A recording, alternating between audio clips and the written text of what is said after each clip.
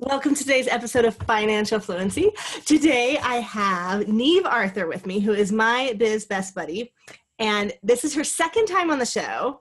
She came on quite some time ago now to talk about visibility and video and her business as she was running it at the time.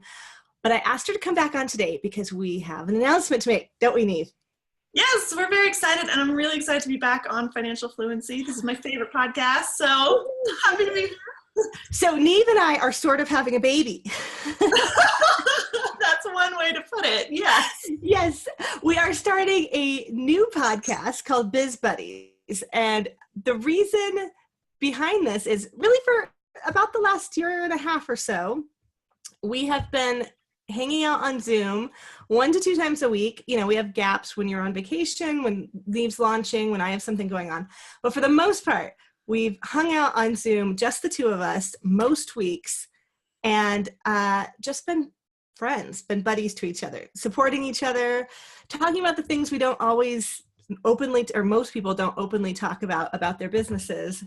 And we decided we want to share some of that with everybody else. Everyone needs a biz buddy, right, Niamh? Yes, yeah, and I think that's what, like, we had so many really interesting conversations throughout that year and a half where we would say, if only we had a way to sort of say this to other people, because I think there's so much stuff in sort of our world, our sort of online space. And I know Financial Fluency is really looking at people who, or women who are, creating a life for themselves, usually outside of the 9 to 5. But that's mostly the kind of people who are online, who are doing something new, doing something interesting and different. And I find that it's really, really lonely, because you're either looking up to people and kind of going, oh, wow, they're so amazing, I'm not like that. Or you're trying to be that for your audience. You know, you're trying to portray, like, it's not that it's not real. It's just you're trying to be a role model for other people, or you're trying to, hold a space for them and hold this idea of who you are. And so there's not a lot of room in it, I find, for just like this is how I am. And it's not that it's always a downer, but there's just this big relief in having that friend, that buddy that you can be like, oh my gosh, okay, so this is how I actually feel right now, and I don't have anywhere to say this except right here. And we realized that actually I think this stuff really helps other people. Mm-hmm. I think so. Well, I think also there are some things that you can really only ask a friend to either listen to respond to, or to do for you. I mean, there are things that you can't ask your coach to do for you, because that would be weird within the contract. You can't really ask people that you pay to do certain things for you. I mean, sometimes this is like, give me your honest opinion on this. Or I put so much work into this guest post article and no one has clicked it yet. Like, will you click and share it for me? Will you write a comment? Will you help me, get the buzz going? It's hard to ask people who either you're paying or who pay you to do a lot of these things that an actual friend might be happy to do. So that's the other side of it I thought of with us trying to share some of this. And as I've talked to other women about our idea, both of the podcast, and we're eventually going to build a group around it as well, a lot of people are like, oh my gosh, I don't have that. I wish I had a Niamh like you have, or, someone that you just connect with and can be totally real with. Actually, last week we've started recording the episodes, and there was one day where I just had this blinding headache, and if it'd been anything else, I would have canceled, because I would want to be tip-top shape. But for this podcast, I was like, you know what, Niamh, let's do it anyways, because, my daughter kept me up all night. She was sick and we had all these things going on, but this is real life. And a lot of times people don't see that from the glossy front end of people's businesses. Yeah. And I think that, it's also helped me to feel more comfortable, I think, being even more sort of real and authentic and showing other aspects. Like, now we're not on Biz Buddies right now. And normally for a podcast, I would, make sure that I was in like my best clothes and I would shower and get all ready like right before. And I was just saying to Jen, I was like, I feel really oily like as we were coming on. And so I feel like that sense of like, it's okay, it's actually safe to just show up as you are, is what I really want to get out of, you know, Biz Buddies and out of my connections that I have online, because that's what I feel like was missing. But also I find that, like, as an audience member, whenever somebody shows me like the emotional things that are going on behind the scenes, when you get a sneak peek behind the curtain, I find that it's like there's often this big sense of relief of like, oh, they're not perfect. They're not, you know, they haven't discovered the secret. There's not some like mystical moment at which people become these beautiful, shiny, perfect people. And that's why, you know, that you can never be that because you're not doing good enough, or you're not successful enough, or you haven't done X, Y, or Z. And so I really feel like every time that's happened for me, where I've gotten the chance to, you know, occasionally I've gotten the chance to meet up close people that I had really admired before. And it's not that they're like flawed up close, but you see, oh, these are real humans. And it's just like such a relief to realize that everyone is real humans, and some people are further down a particular path than others, but it doesn't mean any people are better than each other. So I just would love to like shake up that sense, because I think there's a real hierarchical sort of feelings. Well, to me, there is certainly in the online world. It's like either you're paying someone and then they're sort of above you, or sorry, no, if you're paying someone, they'd be sort of like below you, working for you, and or you're paying them, and then, or you're paying for something from them. Oh my gosh, my brain is just stopping up. You know what I mean? Right. So you pay a higher end coach to help you, and then other people are paying you. But we also pay, you know, assistants and VAs. Yeah, it is an interesting web of interactions that we get online.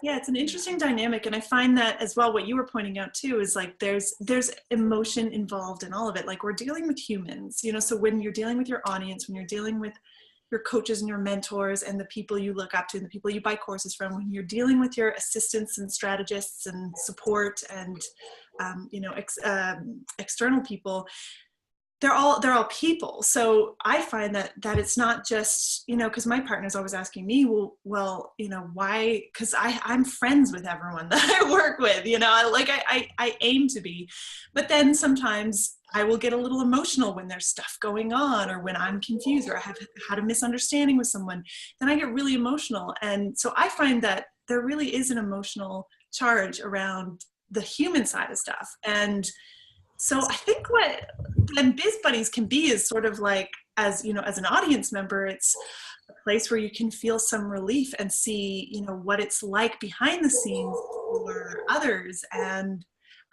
get a sense of like, oh, I'm not alone. We're all in this together. It's kind of up and down. It's a really fun world to be in. There's highs and lows. There's emotions, stuff that comes up. And I don't know, I hope it'll be a place that allows people to feel really included and welcome, and like they found their hangout spot. Yeah, and less lonely. Because another thing that Niamh and I discovered we have in common is we are both pretty geographically isolated where we live. I'm in rural Arizona. You're in rural Ireland. So there aren't necessarily a lot of people who understand what we're doing on a daily basis. Sometimes they just think we play on the computer and post updates on things. So finding each other online was really great. Another thing that I really loved about my relationship with Niamh is last March, I went to Ireland.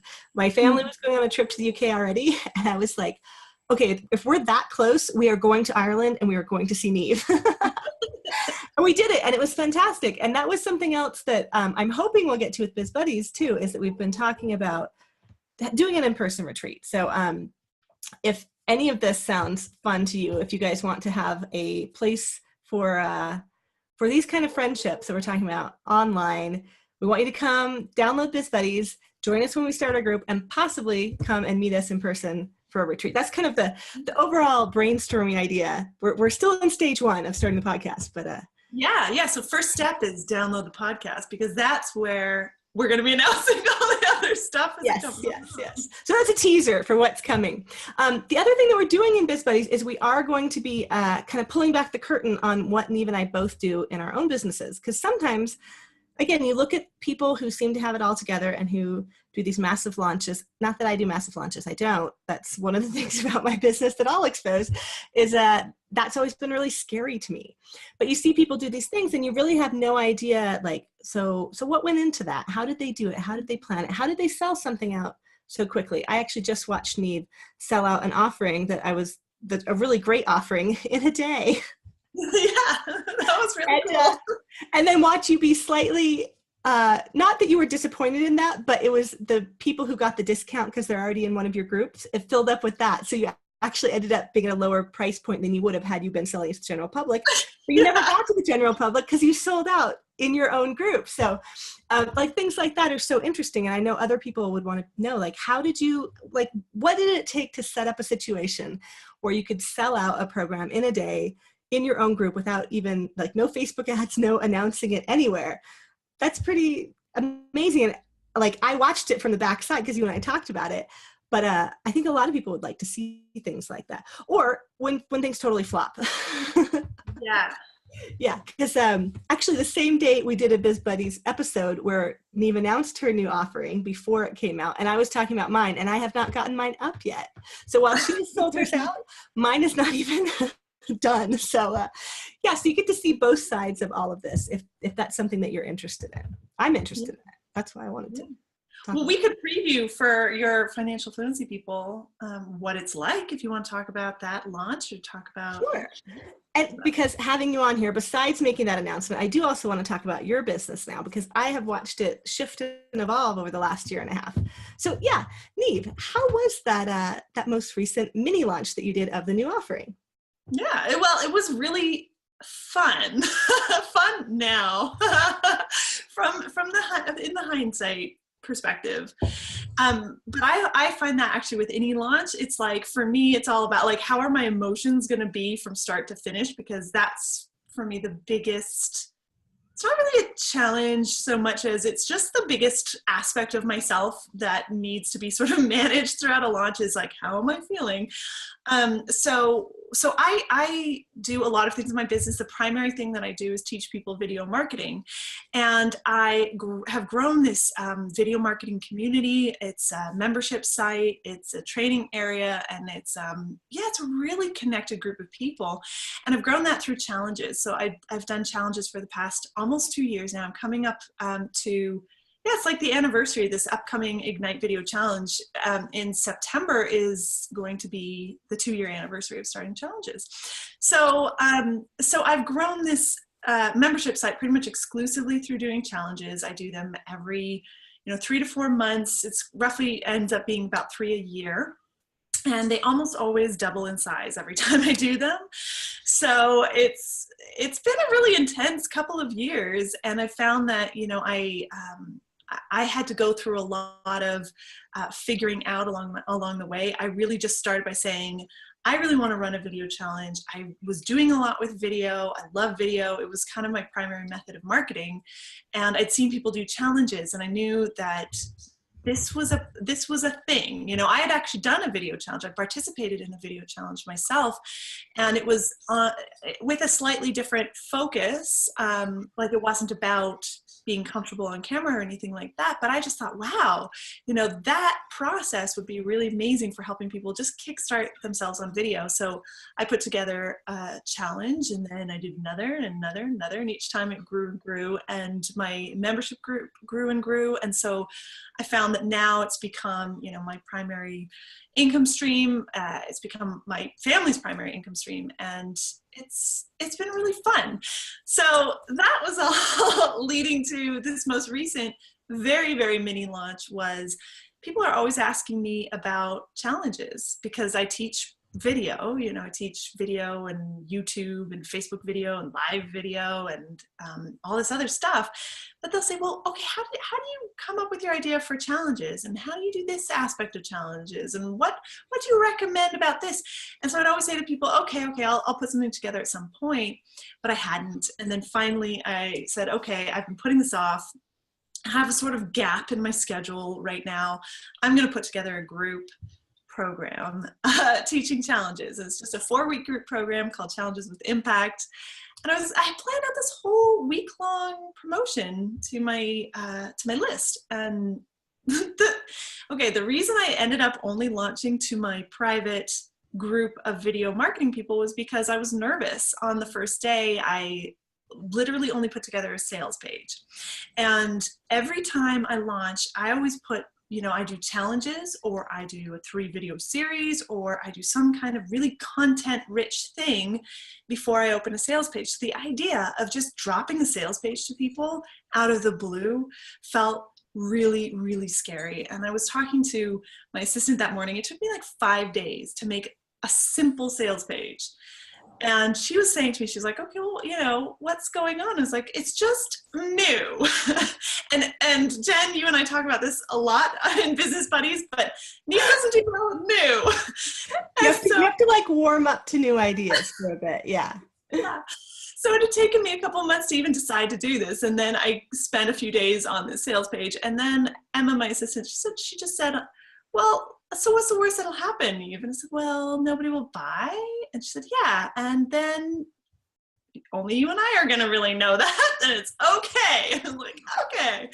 So, but it got to like 7 p.m. and I'd finally gotten all the things on the sales page. There's all this like niggly little stuff, like you get the video on and then it doesn't look quite the way, like look at a template page or someone else's page and it looks like really nice. And for some reason, I always find with my pages, it's like, at the start, I have a lot of trouble getting them to look the way other people's pages look. And I don't know how they do what they do. I just know when mine doesn't look right. So I spent all these hours in like formatting and figuring out tables and all this stuff. Anyway, I finally got it up. And at that point it was 6 p.m. and I did not have any steam left. So I was like, I can't even write an email to my list right now. So I posted in my group where I feel really safe. I said, hey, you guys can look at this before I share it with my list tomorrow. And I sent an email to that group, and the thing sold out, all 15 spots, before noon the next day. And you gave the people in that group who were already in your paid group a discount, didn't you? Yeah. So I gave them almost $100 off because you want to reward loyalty, and I always feel like when people are already customers, that's the point at which you want to say, hey, thanks for being a customer, so that's my plan, is whenever people are in my ongoing group, that whatever I do, they'll get discounts on it. So I sold it at 100 less than I would have sold it to my list, but then all the spots sold out, and I was like, oh, okay. Which is great. It's great that it sold out so fast and unexpectedly. Though, given how many spots went and that it was almost $100 each, that actually was a significant difference between selling out at the full price or selling out at the discount price. Right. But then the trade-off of like not having to do a week of promo and never having to actually email my list. And I hadn't yet recorded my promo videos for it because I was tired. And I was like, oh, I guess I don't have to record them. So it was like, oh yeah, it was actually really nice. I think not just because I'm like, this sounds very lazy. I work really, really hard, but it was more like, oh, here's some evidence. Like, I'm big on collecting evidence for the kind of beliefs that I want to have. I'm not always great at implementing those beliefs, but I'm like, okay, Niamh, look, stop for a moment and notice what happened here. Like, you opened something and like in 18 hours, you had to close it. And I had like within a couple hours, people saying, why is it gone? Where did it go? So I ended up having to kind of create another quick offering for them. To be able to get access to the information because everyone really wanted it. Mm-hmm. So it's kind of trying to just digest that sense of like, oh, okay, it's okay. You can do something that can sell out really quickly. It can be easy. That's a hard one for me because I work hard. Like, if I run a challenge, I work hard for a couple of months, like there's a good 2 to 3 weeks of prep work. Then there's a month, if it's a month-long challenge, of very intensely working with people for free, so then I feel like by the time the launch bit rolls around, I feel like, oh, I'm very deserving. So this, as in you're like, I've worked hard, so now I'm getting the payoff. But this opening something where I didn't really work hard, I mean, and I deliver the content, but that's not hard. Like, to me, creating content or teaching is not hard. Mm-hmm. yeah, I don't know. It's been really interesting. Well, and I want to point out too,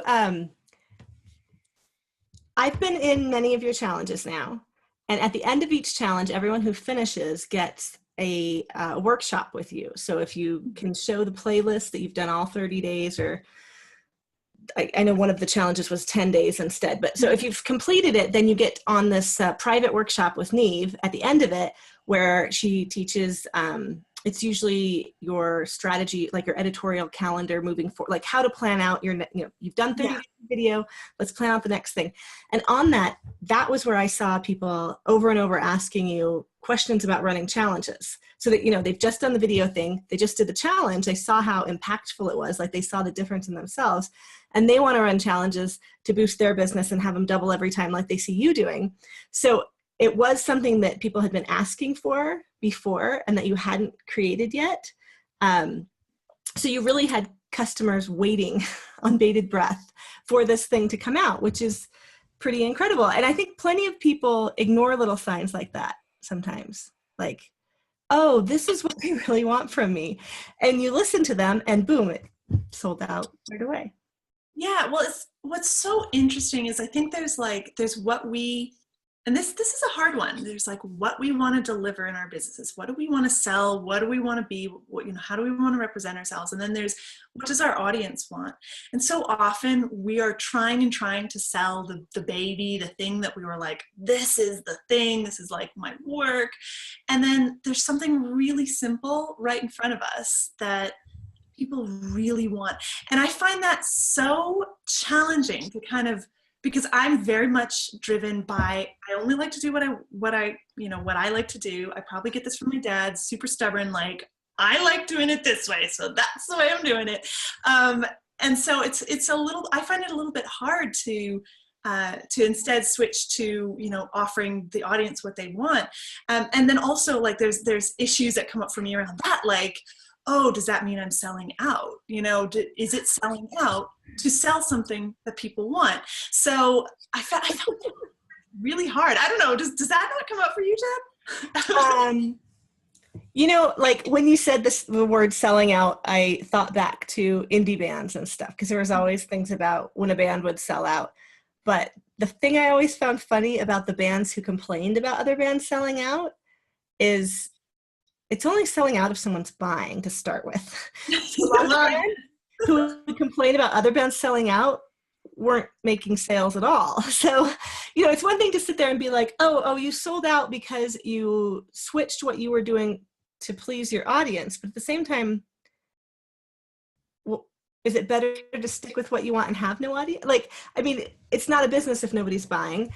And what you were doing really, I don't think that's selling out. You were teaching them what you do.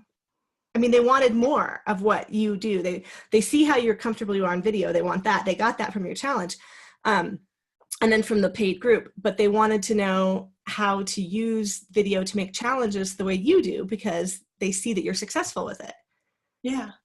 And it's something that wasn't that difficult for you. I mean, I'm in the group, I'll just disclose that. And I was on the first call last week and it was great. I actually came up with a new challenge idea myself, which I was like, oh, though I'm trying to decide, is that a challenge or is that an opt-in, the thing I was brainstorming about in there, but more on that later. Chat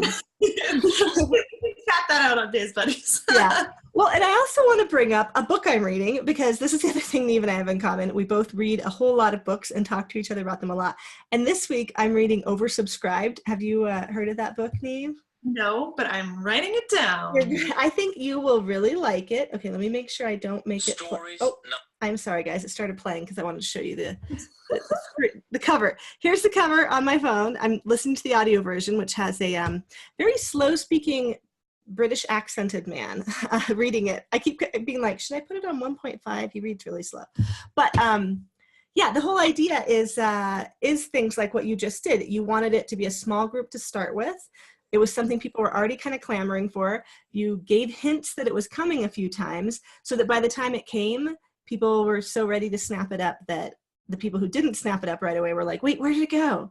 Yeah. So that's part of the principles of being oversubscribed, is determining your capacity, creating interest, before you release your capacity and then closing it down when you hit your capacity so that people are still wanting more, so people will sign up the next time, or they'll want the evergreen version, or, Yeah, but what's so funny was that none of that was like part of the strategy. Like I would mention it because people would ask me about challenges. And I'd say, I'm going to do something. I'm going to do something. I promise. So then, I didn't strategize any of it. So I accidentally did a launch like that. And then as soon as I closed it, I felt horrible. I felt so bad because it was like, I really cannot make the group bigger. You remember I messaged you, Jen, and I was like, okay, how big can this group be? Because I really want to make sure that it's like, you get the opportunity to ask the questions and things like that.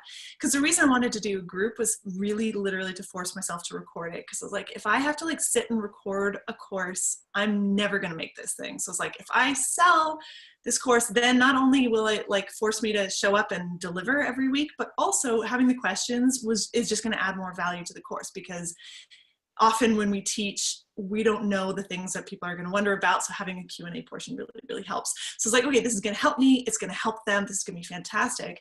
But the bit that really bothered me was that as soon as I close down, then there's people who want it, who can't have it. And that really bugs me. I don't like, it doesn't feel fair, And Mike, my partner, was having this whole thing with me. He's like, it's fair, Niamh. The people who decided instantly. And I was like, but there was people who were on holiday and then they got the email late. And, so what I ended up doing then was I had to really think, and this is, I don't know, this is really interesting. I had to really sit and think how can I honor the first people and not touch, in what they've gotten anyway, as that I can't add more people in, without kind of taking away from that first group of people. But then how can I offer something to the second group of people who are sitting there right there saying, I want to do challenges. I want to do them in the next couple of months. I want this now. So what I ended up doing was I created the chance for them to buy the recorded self-study version as it comes out. And I offered them as well their own Q&A call at the end of that, so that then for me, it's really no more work. I'll just show up for one extra call to make sure these people have a chance to ask me questions, because I didn't want them to not get that at all just because they missed the deadline, And so then they're also getting something, because ongoing, once this course opens, it's just going to be sort of standalone. That's my intention. Create some evergreen stuff. So so it was really interesting kind of coming up with, okay, how can I give them the essence of what they want without taking away from that first group? And that felt really good, because then I could give them a time deadline instead of a number deadline, and then they're able to decide in the time that's appropriate to them. Because I hate when stuff gets snatched out from under you, and when you get that fear of missing out and there's only so many spots and they're going to be gone. I don't like that feeling, so I don't want to create it in others, So the reason I glanced down was I was reopening this so I could see who the author was. Daniel Priestley would not approve, though, I'm going to tell you.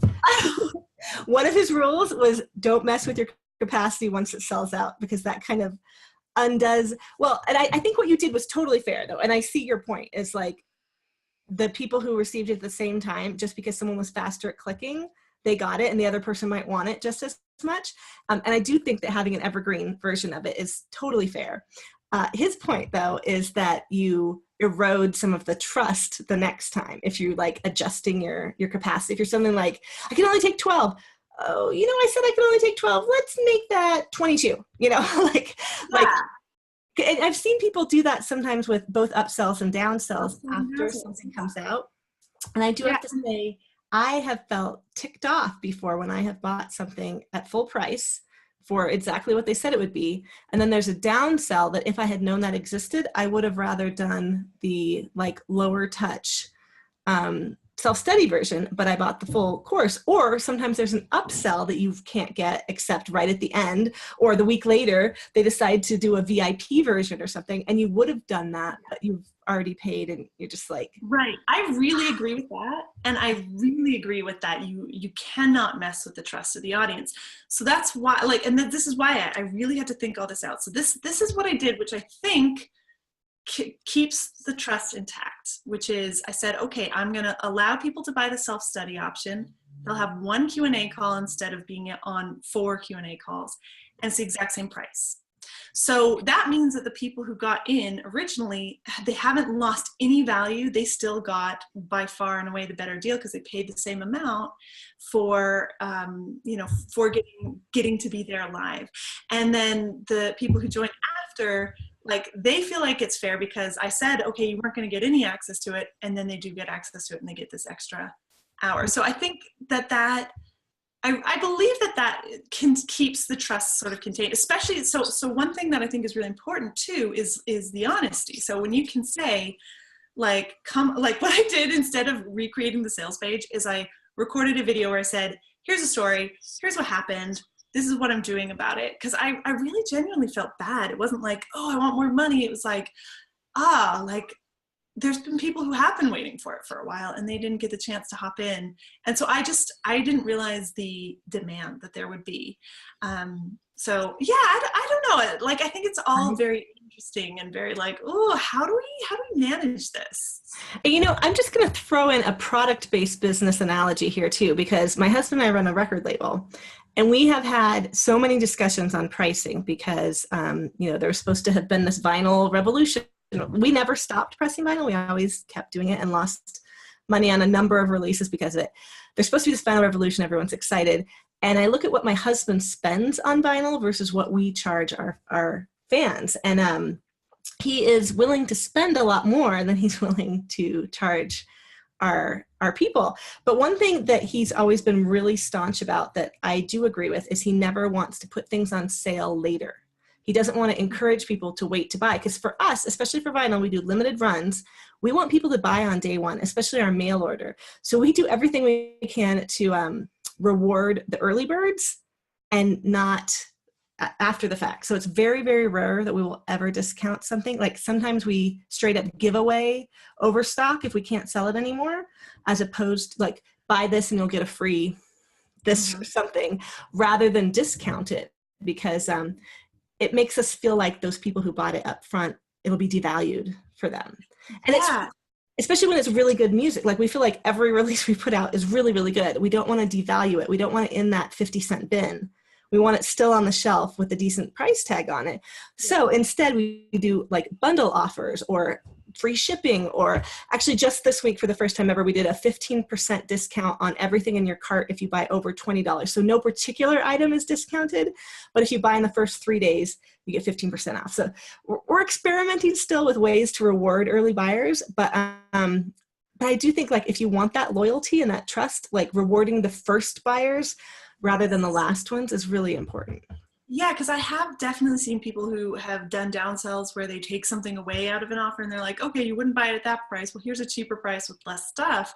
But it's like, then you feel like a chump for having bought it in the first place. You're like, okay, great. So I didn't get the best deal here necessarily. So I think that, yeah, and I think what's super important is like maintaining the sense of integrity with the customers. Like, your customers are the people who really like you and they like what you do. And so it's like, rather than trying to get more of them, I always find that it's better to like look at long-term, how can I be the person that I need to be for my customers? And it doesn't mean putting on the false front thing that we're talking about, because I think that's what a lot of people think is, oh, I'll let them down if they see that I'm not perfect at this habit that I talk about. Like, if I have baby vomit on my shoulder. Yeah, or if I'm a health coach and I'm seeing, eating once at Taco Bell, like they're gonna be like, oh, who are you to talk to? No, that's really not it. I think people want to see humans, but where you have to hold the integrity then for your customer is in how you are treating them as a customer. I think that like you can never screw your own people over. Like they are the people that matter. So what that ends up meaning is that sometimes it will take longer to do things than you would like, but what you're building is like this amazing loyal fan base of people, and you end up really liking them, and it feels like a cool, nice space to be in. And then they'll reward that by sharing your stuff. And there's no better marketing than people telling other people that you're great. Yeah. It works. And actually on that note, I do want to bring up your September challenge, which is coming up, and we're going to get this episode out in time for that, because I have experienced my own transformation in your challenge in terms of me getting comfortable on camera. I never used to keep these videos of these interviews that I do for Financial Fluency. I used to rip the audio and throw the video away because it took up too much room on my computer. It wasn't until I did Niamh's challenge that I realized, wow, that's a lot of content that I'm just throwing away. I could build my YouTube channel. So that's one thing I got out of it, plus getting more comfortable doing live videos and just having my face on video helped. But also I hired an assistant from there because I got to know her over 30 days through watching it. I've ended up working with people. I've had people hire me out of Niamh's challenges because over the course of 30 days, we talk about ourselves a lot. We do some business stuff. It's never like a place for people to promote their businesses, but we work on our message. We talk about our stories. We talk about, today, one of my favorite ones is telling your mom what you do. That's usually one of the challenges is explain what you do to someone who you're not selling to. There's no chance they're going to buy. You just really want them to know what you do. And that was such a great video for so many people because when we get into sales mode, we feel like, oh gosh, I have to like contort myself into a salesperson now when I'm normally not. And it comes out so differently when you're talking to your sister or your mom or your best friend or someone who is not a potential customer. But yeah, so tell us somehow this the challenge evolved for you, like because it's such I look forward to the challenges throughout the year now. They're a really great time of the year for me to be in your challenge. Oh, well, it's been interesting. So like I said, I had done somebody else's challenge before, videos for 30 days, and I found it to be really empowering.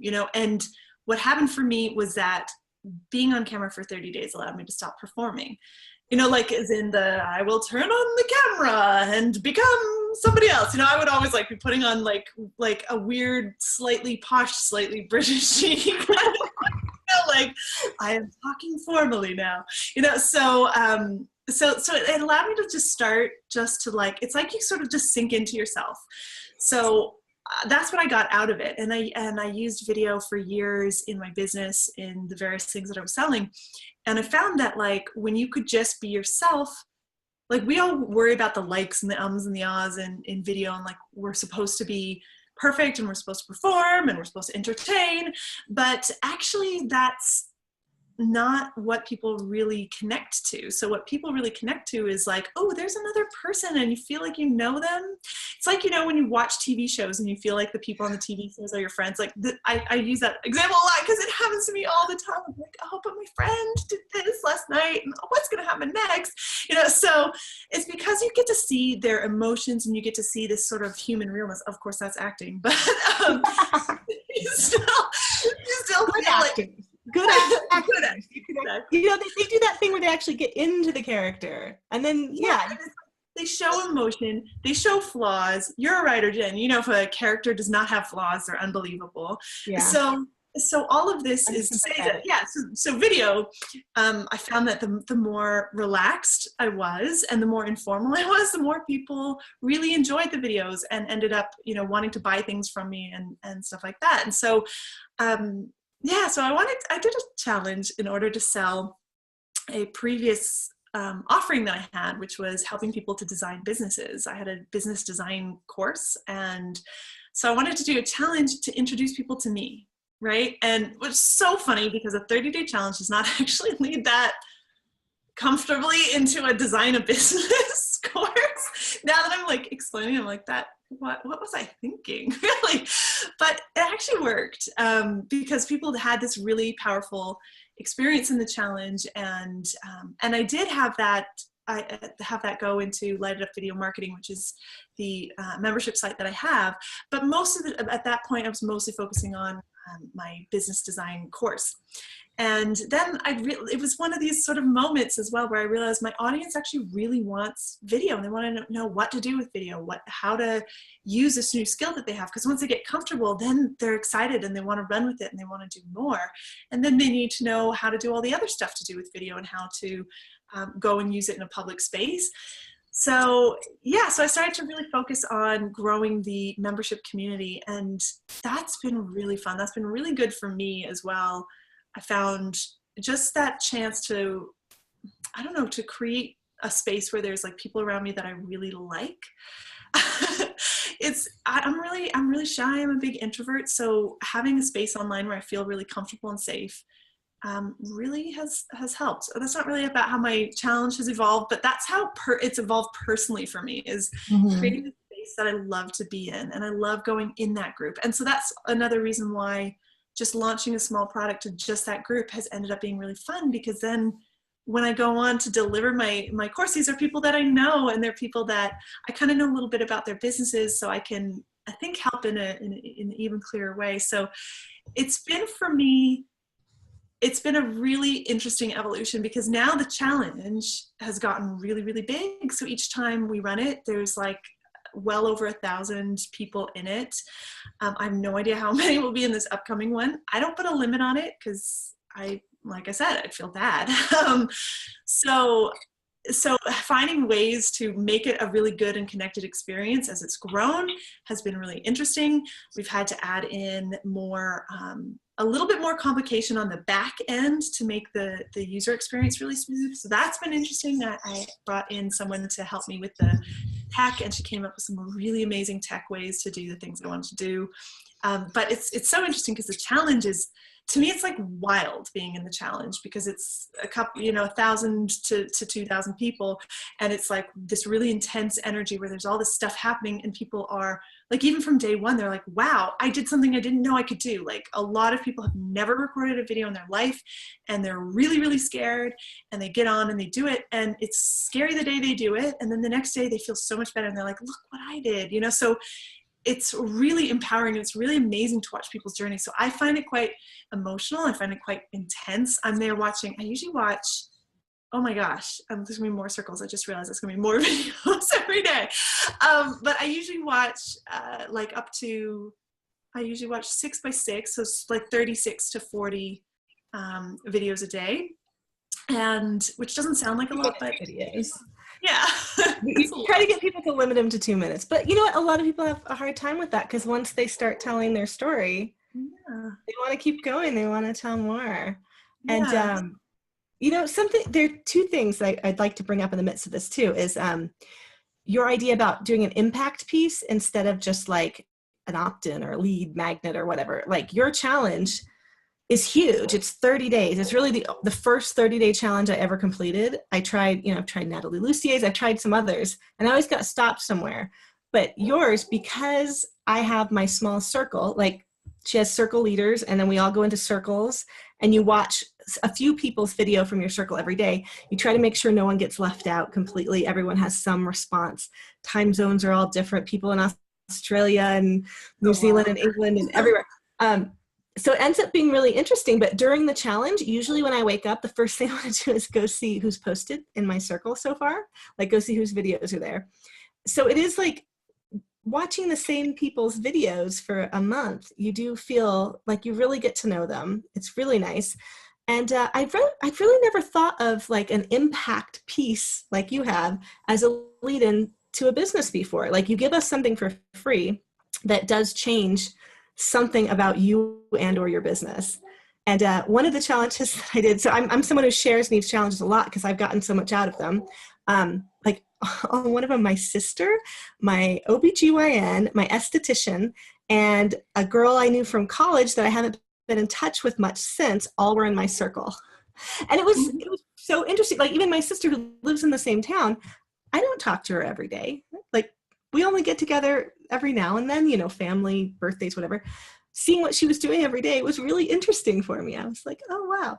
And so here are the 2 things I wanted to ask you about before we move on. So this idea of the impact piece, like you planning out the impact that is going to occur in the people who do the challenge ahead of time. How did you figure that out? And then the other thing I want to bring up is your next offering that I think you should do, because I know people ask about this. Are you ready? Yeah. Okay, so Niamh has a totally different approach to affiliates than anyone I've ever seen. And it's my favorite, because I've tried being an affiliate for some of these larger launches that other people do whose courses I've taken, and they turn into these competition circuses among the affiliates of who can offer the biggest bonus and who can reach and it's the reason, like the biggest difference I see between how Niamh runs an affiliate program and how a lot of other people do is you do first touch, which means if someone comes into the challenge through someone, they're cookied to that person. And if they eventually join a paid program, that it links back to the person who first brought them in, as opposed to a lot of these other ones who do last touch, which means whose ever buy button they pick is who gets in. So if I bring someone into one of these big launches and then they come in through me, they like me, we're friends, but then they look at all the bonuses that everyone else is giving and they're like, ooh, I really want to get, you know, this person's signature program that's worth $3,000. I'm going to hit their buy button. Even though I brought the person in and I, you know, tried to introduce them to it and everything, I don't get that commission. Whereas with Niamh, there's none of us have to do bonuses. None of us, we just share. We share the challenge because we love the challenge.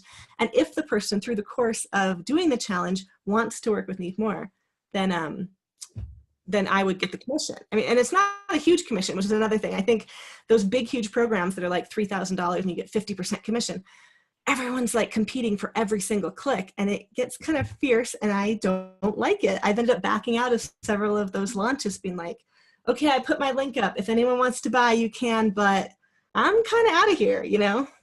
Yeah, I think, well, one, in terms of a product on that, I have no idea. See, it's kind of like the challenges thing to me. It's like, oh yeah, that's that thing that I do for this bigger purpose. You know, my big purpose, well, not like life purpose, but my big purpose in the marketing is, my aim is to make lighted up video marketing just like the awesomest thing that I can make it. Like I've never, I think, focused on one thing for so long. Like I just want to make this community the best and biggest, not necessarily biggest, but just the best place to be.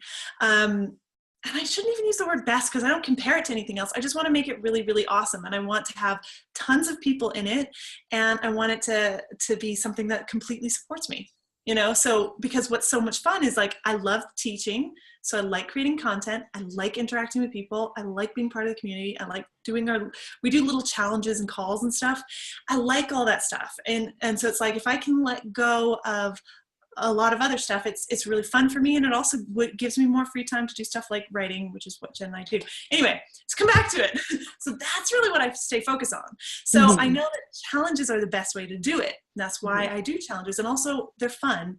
And then with affiliates, to me, it's like, what better way to market than the people who love what you're doing, especially if you're trying to create something that's really community driven. When you're bringing in people through word of mouth, there is nothing more powerful for building a big, like really good connected community. Because a lot of people ask me, like, where do you find your people? Like, how do you get such great people? And they're like, oh, it's just because of who you are. It's like, not really, actually. It's because of where I started out with my first challenge. I specifically went to places to find people for my challenge that were places I like to hang out with, the kind of people I wanted to have in my community. And then it's just grown, like literally from that first challenge, then it's grown because of those core people. So if you were one of the people in my first couple challenges, and Jen, I think you were like in my second one, maybe? I can't remember. Your second or third. Hang on, let me just turn this off. I was there before you started the circles, because I was one of your first circle leaders. But so here's what I think is so great though about what you do versus how most other people do affiliates. Like, I feel personal ownership in sharing Light It Up and Ignite and, you know, the challenges, because I've gotten so much out of it. When I share it, I can see, you know, on the dashboard the way you made the dashboard for us, I can see how many people are clicking. I can't see exactly who joins or anything like that. But I get a sense of immediate positive reinforcement when I share something, and then I go to check and I'm like, oh wow, 120 people clicked today. And that doesn't mean I get money from any of them. Like, and it's so different from those, like, you know, $3,000 programs, because this is a very low monthly cost group that you run. But at the same time, like, once we're all in there, I feel like I brought some of these people in. I want them to have a good experience. I want to make sure their videos gets watched. I want to watch their videos. I want to reply to them. You know, like, it makes me much more involved in interacting with it, even though it's obviously your program. But in my circle, I feel like I have some sense of sort of, I mean, ownership isn't quite the right word, but, you know, like personal involvement. I have some personal stake in the people who came in through me having a good time, having a good experience.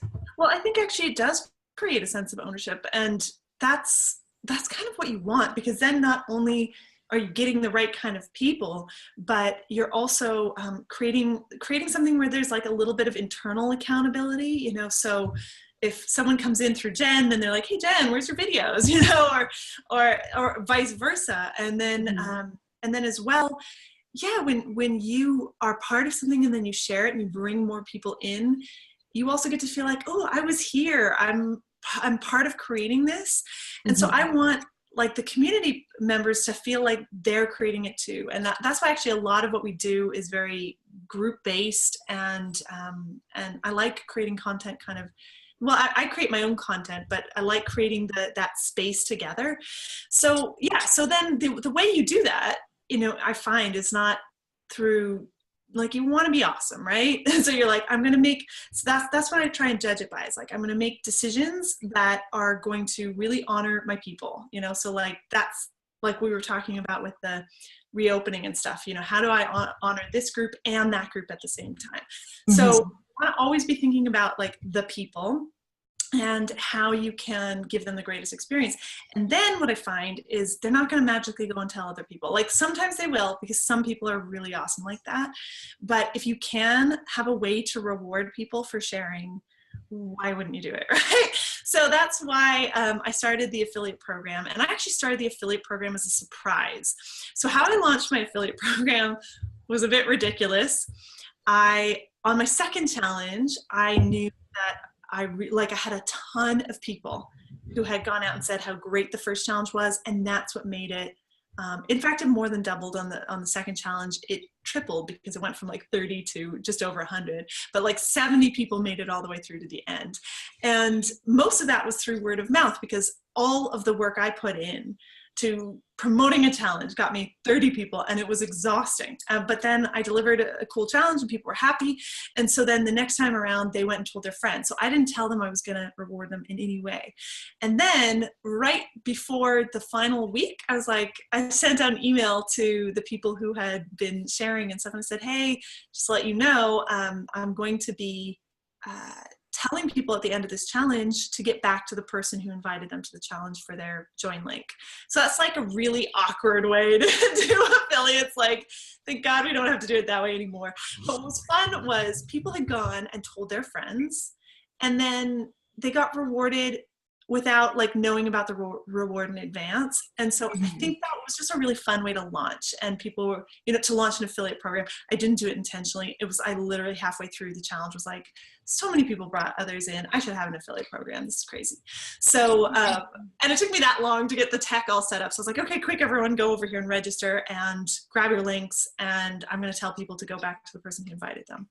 And it worked really well. And then after that, the third challenge, people were like really excited about it, and they were sharing their affiliate links to bring friends in and stuff. And so I think, I don't know, now I feel really like I'm just talking myself up here. Well, see, the reason I think you need to teach other people your method of affiliates is because I've had less than fun experiences trying to be an affiliate for other people. And your program, it was just fun. Like, there was no stress.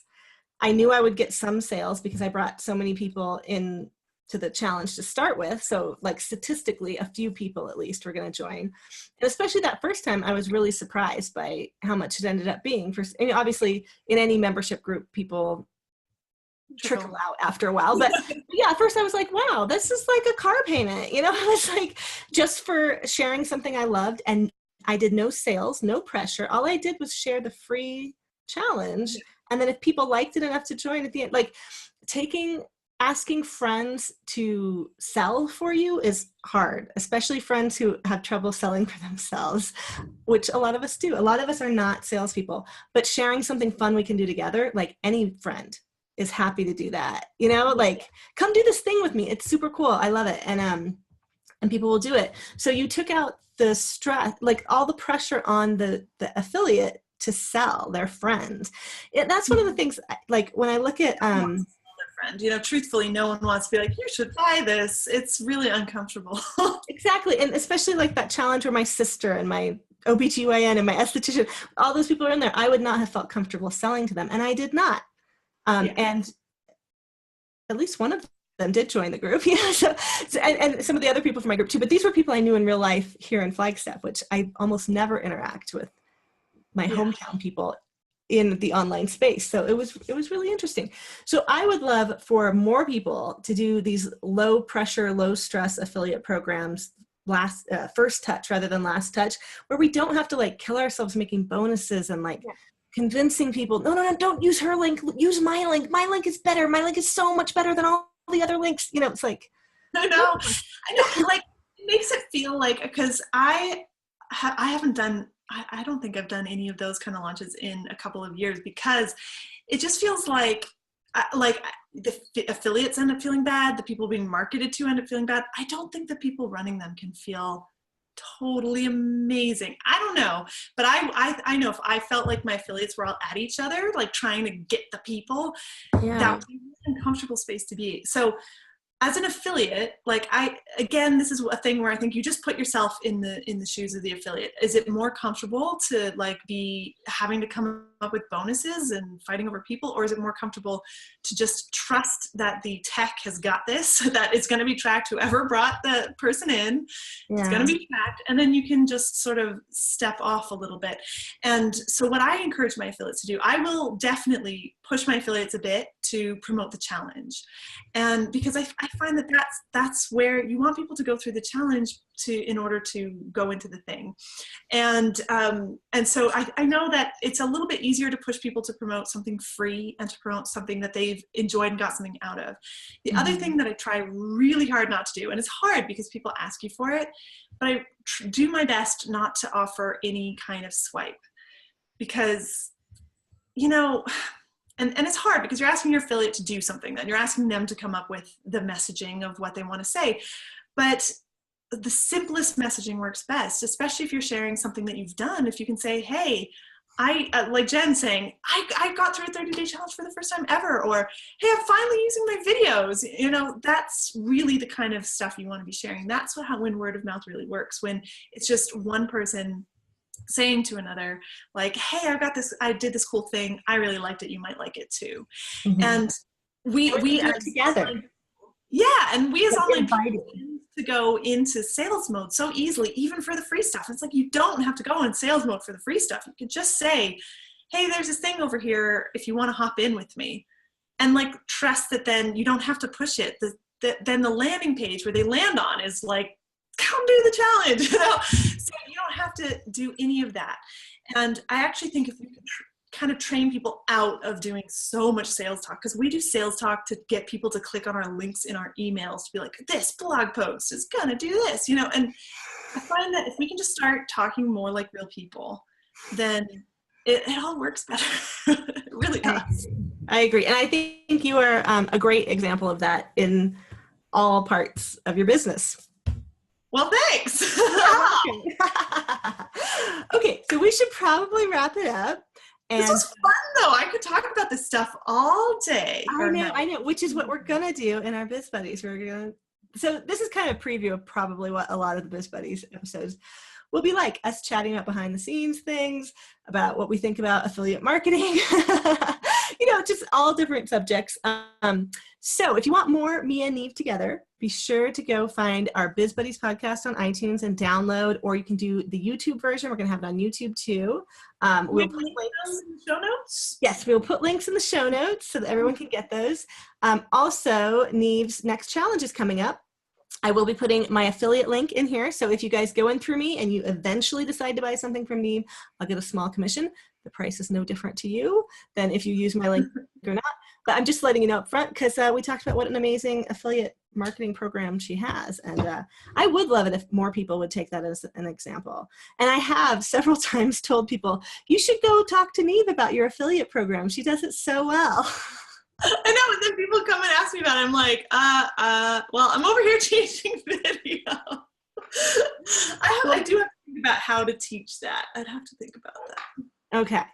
Well, maybe, it took a while to get the challenges with impact offering. Maybe eventually we'll get you in on an affiliate, teaching people how to do affiliate marketing that's fun for your affiliates, that treats your affiliates really well because it doesn't make them sell to their mom, right?